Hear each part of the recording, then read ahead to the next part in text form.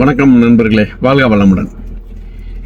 நரேந்திர மோடி அவர்கள் இஸ்ரேலுக்கு சென்று வந்து ஒரு 24 ஹவர்ஸ் கூட ஆகலை. மிகப்பெரிய ஒரு போர் இஸ்ரேல் வந்து ஈரான் மீது தொடுத்திருக்காங்க. அமெரிக்கா மற்றும் இஸ்ரேலினுடைய கூட்டுப்படைகள் வந்து மிக கடுமையான ஒரு போரை வந்து புரிஞ்சுக்கிட்டு இருக்காங்க. இஸ்ரேலும் பதில் தாக்குதல் மிக பலமாக கொடுத்துக்கிட்டு இருக்காங்க. கத்தார், அபுதாபி, உங்களுக்கு சவுதி அரேபியா, இது போன்ற அனைத்து நாடுகளிலும் இஸ்ரேலினுடைய ஏவுகணை தாக்குதல் நடைபெற்றுக்கிட்டு இருக்கு.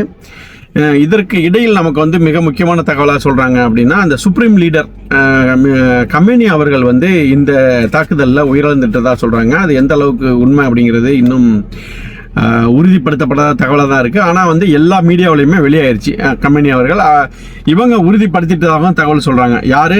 ஈரானினுடைய மிலிட்ரி அபிஷியல்ஸ் வந்து உறுதிப்படுத்திட்டாங்க. இரண்டாவது தலைமை, அதாவது வந்து கமேனியினுடைய சன் அடுத்த தலைமைத்துவத்துக்கான வாய்ப்புகள் இருக்குது அப்படிங்கிற மாதிரியும் சொல்லிக்கிட்டு இருக்காங்க. இந்த போர் வந்து மிகப்பெரிய அளவிலான சேதத்தை ஈரானில் ஏற்படுத்திக்கிட்டு இருக்கு. அதே சமயத்தில் ஈரானும் மிக கடுமையான ஒரு பதில் தாக்குதலை வந்து கொடுக்குறாங்க அப்படின்னு தான் நம்ம சொல்ல முடியும். வளைகுடா நாடுகளே வந்து ஒரு மிகப்பெரிய ஒரு போர் பதற்றத்தில் இருக்குது அப்படின்னு நம்ம சொல்லலாம். மிக ஒரு மோசமான சூழ்நிலை. வளைகுடா நாடுகளில் எண்ணற்ற இந்திய மக்கள், குறிப்பாக கேரளத்தை சேர்ந்த மக்கள் வந்து அதிகமாக அங்கே வந்து பணிபுரிகிறாங்க, தொழில் தொடங்கியிருக்காங்க, வசிக்கிறாங்க. ஸோ இந்தியாவுக்கும் வந்து இது ஒரு வருத்தம் அளிக்கக்கூடிய சகதி.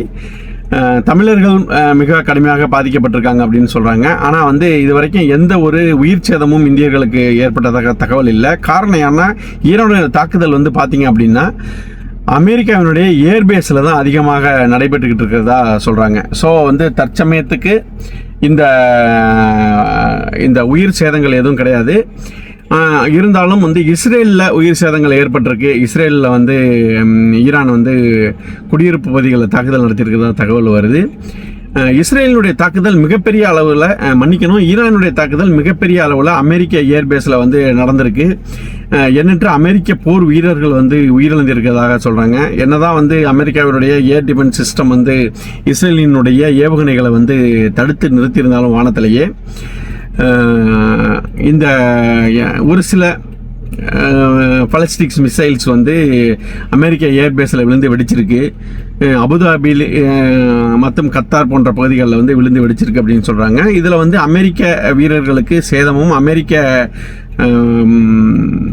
பேஸில் இருக்கக்கூடிய ஆயுதங்கள் மிகப்பெரிய அளவில் அளிக்கப்பட்டிருக்கிறதாகவும் சொல்கிறாங்க. இது வந்து ட்ரம்ப் சொல்கிறாரு, 3 இல்ல 4 நாட்களில் வந்து இந்த போரை நாங்கள் முடிச்சிருவோம் அப்படின்னு சொல்கிறாங்க.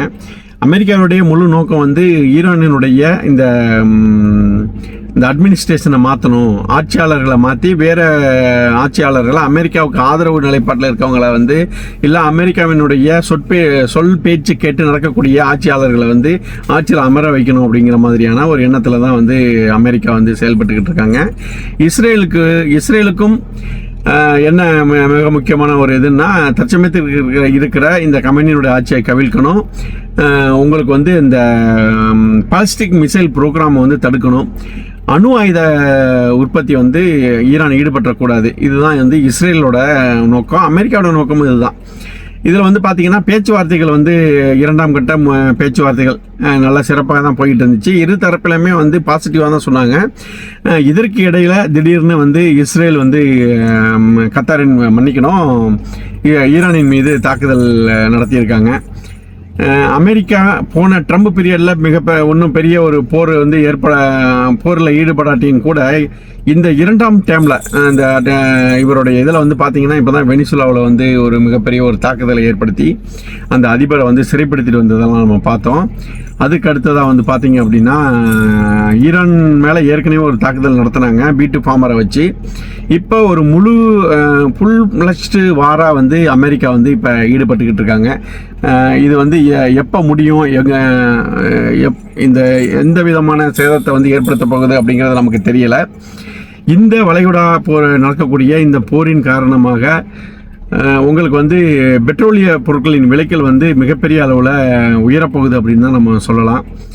காரணம் ஏன்னா, ஒவ்வொரு முறையும் வந்து வளைகுடா பகுதிகளில் பதட்டம் ஏற்படவும் பெட்ரோலிய பொருட்களின் விலை வந்து உச்சத்துக்கு போகும். பெட்ரோலிய பொருட்கள் உச்சத்துக்கு போணுச்சு அப்படின்னா அது வந்து இந்தியாவில் இருக்கக்கூடிய ஒவ்வொரு தனி நபரையும் பாதிக்கும் அப்படிங்கிறது தான் உண்மை. ஸோ இந்த போர் வந்து இந்தியாவுக்குமான ஒரு பாதிப்பை வந்து ஏற்படுத்தும். கண்டிப்பாக நாம் என்ன தான் வந்து ரஷ்யா கூட நாம் வந்து குரூட் ஆயில் வாங்கிக்கிட்டு இருந்தாலுமே இந்தியாவினுடைய விலைவாசி உயர்வுக்கும் இந்த போர் வந்து வித்திடும் அப்படிங்கிறதுல எந்த சந்தேகமும் இல்லை மக்களே. நாம் வந்து இந்த போரினுடைய முடிவு வந்து இன்னும் எவ்வளோ நாளில் போகும், எப்போ முடியும் அப்படிங்கிறது நமக்கு தெரியலை. நம்ம பொறுத்திருந்து தான் பார்க்க முடியும். இதற்கு இடையில் பாகிஸ்தானுக்கும் ஆப்கானிஸ்தானுக்கும் இடையில் வேற போர் நடந்துக்கிட்டு இருக்கு. மிகப்பெரிய அளவில் பாகிஸ்தானும் ஆப்கானிஸ்தானும் வந்து இந்த போரில் ஈடுபட்டுக்கிட்டு இருக்காங்க. பாகிஸ்தான் வந்து ஆப்கானிஸ்தான் மீது ஃபைட்டர் ஜெட்டை கொண்டு தாக்குதல் நடத்திக்கிட்டு இருக்காங்க மக்களே. ஆப்கானிஸ்தானில் வந்து பாகிஸ்தானுக்கு ஈக்குவலான ஒரு இராணுவம் பலம் இல்லைன்னா கூட ஆப்கானிஸ்தான்கிட்ட இருக்கக்கூடிய அந்த டேங்கர்ஸ் மூலியமாகவும் இயந்திர துப்பாக்கிகள் மூலமாகவும் அவங்கள்ட்ட என்ன இருக்குதோ அதை கொண்டு அவங்களும் மிக கடுமையான பதிலடியை வந்து கொடுத்துக்கிட்டு இருக்காங்க. இந்த ஈரான் அமெரிக்கா இஸ்ரேல் தாக்குதலில் அமெரிக்கா மற்றும் ஆப்கானிஸ்தானுடைய தாக்குதல் வந்து பெரிய அளவில் பேசப்படாமல் இருக்குது. இருந்தாலும் இதுவும் வந்து ஒரு மிகப்பெரிய தாக்குதலாகவே வெளியில் வந்து தெரியுது மக்களே. மீண்டும் ஒரு நல்ல வீடியோ நாளை சந்திப்போம். நன்றி, வணக்கம்.